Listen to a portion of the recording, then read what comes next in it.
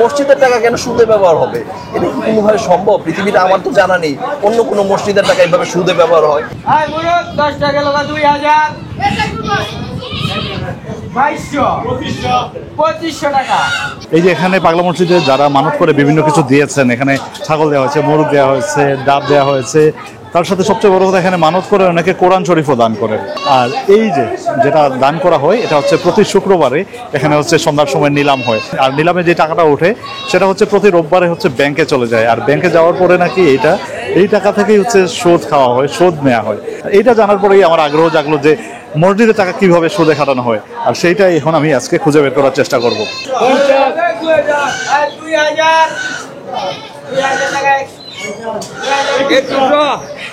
এটা হচ্ছে একটা আরওআর রেকর্ড, আরওআর রেকর্ডে যেখানে স্পষ্ট বলা হচ্ছে দেওয়ান মান্নান দাদ খান, পিতা দেওয়ান আলিম দাদ খান, অ্যাড্রেস মানে নিজ হৈবদনগর। মানে দেওয়ান মান্নান দাদ খানের নাতি তো হচ্ছেন আপনারা। জি জি জি জি।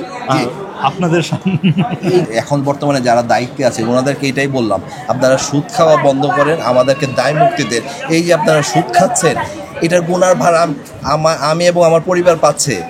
আপনাদেরকে দায়িত্ব দিয়েছি, এই ভুলটা যে আমরা করেছিলাম এটার গুনার ভার এখন আমরা পাচ্ছি। আমরা ওনাদেরকে স্পষ্ট বলেছি আমরা গুনার দায় মুক্তি যাচ্ছি, আমরা এখান থেকে কোনো টাকা চাচ্ছি না, কোনো কিছু, আমরা গুনার দায় মুক্তি যাচ্ছি।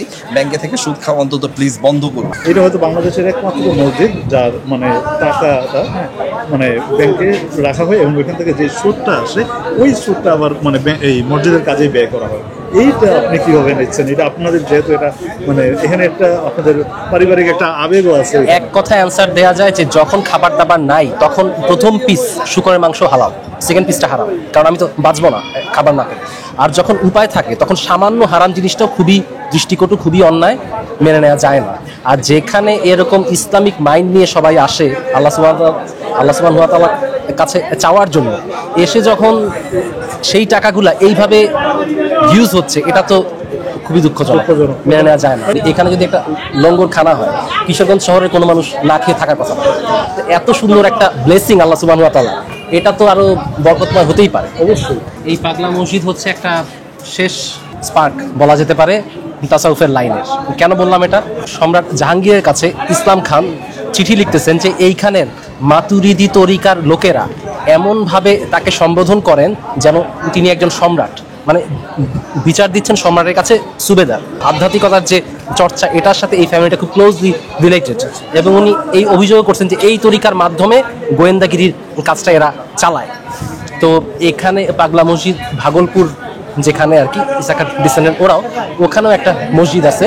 ওইখানে দেওয়ান সৈয়দ আহমেদ রেজা খান সাহেবের আধ্যাত্মিকতার চর্চার বিভিন্ন গল্প আছে, ওখানে একটা মাজার আছে। অনেকে বলে এখানে নাকি একজন মানে আসছেন মাদুর বিছে পানি পথে আসছেন, অনেক ধরনের গল্প, দুইটা পাথর আছে, হ্যাঁ এই ধরনের, এগুলো কি আসলে সত্যি? আমি এটা না, এগুলো সত্যি না। মাদুর বিছিয়ে সত্যি ইতিহাসটা কি? আচ্ছা, সত্যি ইতিহাসটা হচ্ছে এখানে আমাদের মানে আমার বাবার একজন পূর্বপুরুষ দেওয়ান জিলকদর খান, তিনি হচ্ছে একজন মজজুদ এবং উনি একজন আল্লাহর ওলি ছিলেন। তিনি আসলে লোকালয় থেকে একটু দূরে, বাড়ির থেকে কোলাহল থেকে একটা দূরে নদীর পাড়ে উনি অ্যাকচুয়ালি এই জায়গার মধ্যে উনি জিকির করতেন। ওই মসজিদটা অ্যাকচুয়ালি 1918 সনে যে ভূমিকম্প হয়, ওই ভূমিকম্পে এই মসজিদটা ভাঙা গেছে। হ্যাঁ, 1918 সনে 7.2-তে আমাদের বাড়ি এবং অত্র অঞ্চলে প্রচুর আপনার পুরনো বিল্ডিং এটা ভেঙে গেছে। এখন কিন্তু পুরনো স্ট্রাকচারে কিছুই নেই। আপনি যদি আমার কাছে মানে দালিলিক প্রমাণ চান, আমি আপনাকে বলতে পারি আজকে থেকে অনেক আগে, প্রায় 1920-এর দিকে উনি যে মানে ফকির ছিলেন, মানে আপনি নিজেকে ফকির ঘোষণা করা মানে হচ্ছে আপনার কোনো আর ইগো নাই, ঠিক আছে? আপনার নিজের বলতে কিছু নাই, আপনি তখন খোদার হয়ে গেছে, এইটা হচ্ছে ফকির।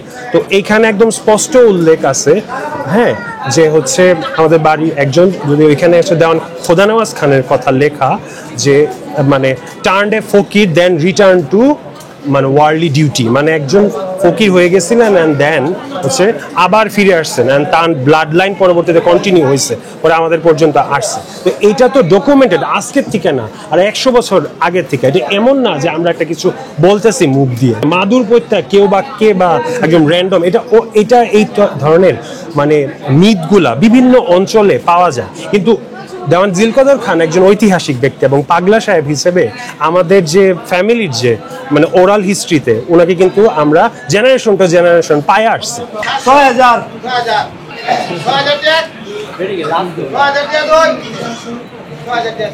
যখন এটা টাকার পরিমাণটা বেশি আসা শুরু করলো আমাদের ম্যানেজমেন্টের, আমরা বুঝলাম যে এটা আমাদের পক্ষে ম্যানেজমেন্ট করা আর পসিবল না। তার মানে প্রথমে টাকা আপনারাই আমরাই করতাম, আমরা ১-১৫০ বছর আরো আমরাই পূর্ববর্তী সময় পর্যন্ত মসজিদ প্রতিষ্ঠার পর্যন্ত ১৯৮৭ সাল পর্যন্ত ম্যানেজমেন্ট সম্পূর্ণটা আমরাই করেছি। ১৯৮৭ সালে আমরাই সরকারকে হ্যান্ড ওভার করেছি। এটা ব্যবস্থাপনা আমাদের পক্ষে সম্ভব না, ডিসি মহোদয়ের কাছে আমরা সভাপতি করে ডিসি মহোদয়ের কাছে হ্যান্ড ওভার করেছি, আপনারা এটা সুন্দরভাবে ব্যবস্থাপনা করেন। আমাদের আসলে টাকা কত টাকা আসছে এটা নিয়ে আমাদের কোনো কমপ্লেন না। আমাদের কথা হলো এই মসজিদের টাকা দিয়ে সুদ খাওয়াতে যদি ব্যস্ত হয়, এত বড় একটা মসজিদের টাকা এতজন বুজুর্গকে মানুষ বিশ্বাস করে টাকা দিচ্ছে, ওনারা এখানে কত কোন ব্যাংক বেশি সুদ দেয় এই ব্যাংকে টাকা রেখে জমা রেখে সুদ খাওয়াতে ব্যস্ত। সরকারি ব্যবস্থাপনায় আমরা ডিসি মহোদয়কে জানিয়েছি, ওনারা যদি এই সুদের বিষয় যে কোনো ব্যবস্থা না নেয় আমরা আসলে এটা নিতে চাই না। তো আপনারা কি এর জন্য কোনো আবেদন করেছেন? হ্যাঁ, আমি এটা আপনার আবেদনের কপি? জি, আমি ডিসি মহোদয়কে বলেছি যে এটা একটা যদি ওনারা ব্যবস্থা না নেয়, আমরা আসলে চাই না যে এটা ব্যবস্থাপনায় আমরা যাওয়ার জন্য, কিন্তু ওনারা যদি এই সুদের বিরুদ্ধে ব্যবস্থাপনা না নেয় তাহলে হয়তো আমি ওনাকে এভাবেই বললাম, তাইলে কিন্তু আমরা মতবাদ হিসেবে আমরা নিতে যাচ্ছি না, তাহলে আমাদের নিয়ে নিতে হবে। মূল টাকা পুঞ্জীকৃত করে এটার সুদের লাভের টাকা দিয়ে একটা 3টা স্কিমে গভর্নমেন্ট গরিবদেরকে বিলি করছে। ইসলাম তো এটা অ্যালাউ করছে না। ইসলামিক জিনিস ইসলামিক ভাবেই হতে হবে। ইসলামিক আইনে সুদের টাকা আমি গরিবকে দিলে এটা কোনো সওয়াবের কাজ হবে না। এটা ওনাদের টাকা না, তো এটা সরকারি ফান্ড, ওনারা দেখ, ওইটা আমরা কোনো আপত্তি নেই। মসজিদের টাকা ওনারা এইভাবে এত মানুষের আবেগ, জি এগুলো আবেগ কিনে ওরা এগুলো মজা করছে, সুদে ব্যবহৃত করে এটা নিয়ে মজা করছে। জাস্ট এটা কোনোভাবে সম্ভব। আমার কাছে মনে হচ্ছে এটা মানে বাংলাদেশের প্রথম কোনো মসজিদ যে মসজিদের টাকা হচ্ছে ব্যাংকে যাচ্ছে এবং এটা থেকে ইন্টারেস্ট নেওয়া হচ্ছে। ইন্টারেস্ট নিয়ে এটা নিয়ে খুব মানে ভালো কাজে ব্যবহার, মানে গরিবদেরকে দেওয়া হচ্ছে, এটা খুব ভালো কাজ। এটা কোনোভাবে ভালো কাজ হতে পারে না, কোনোভাবেই হতে পারে না। এটা আগে এক মসজিদে ব্যবহার হতো, অন্য মসজিদে, ইদানিং তারা ফতোয়া দিয়ে বললো এটা অন্য মসজিদে ব্যবহার করা ঠিক হবে না। আচ্ছা, আমি ওই বিষয়ে যাচ্ছি না, আমার কথা হলো সুদে ব্যবহার করা কিভাবে ঠিক হয়।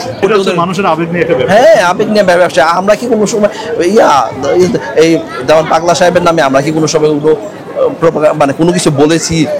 আমরা আসলে এটা একটা মসজিদ, মানুষের বিশ্বাসে মানুষ করে, এই বিষয়ে আমরা কোনো কথাই বলতে যাচ্ছি না।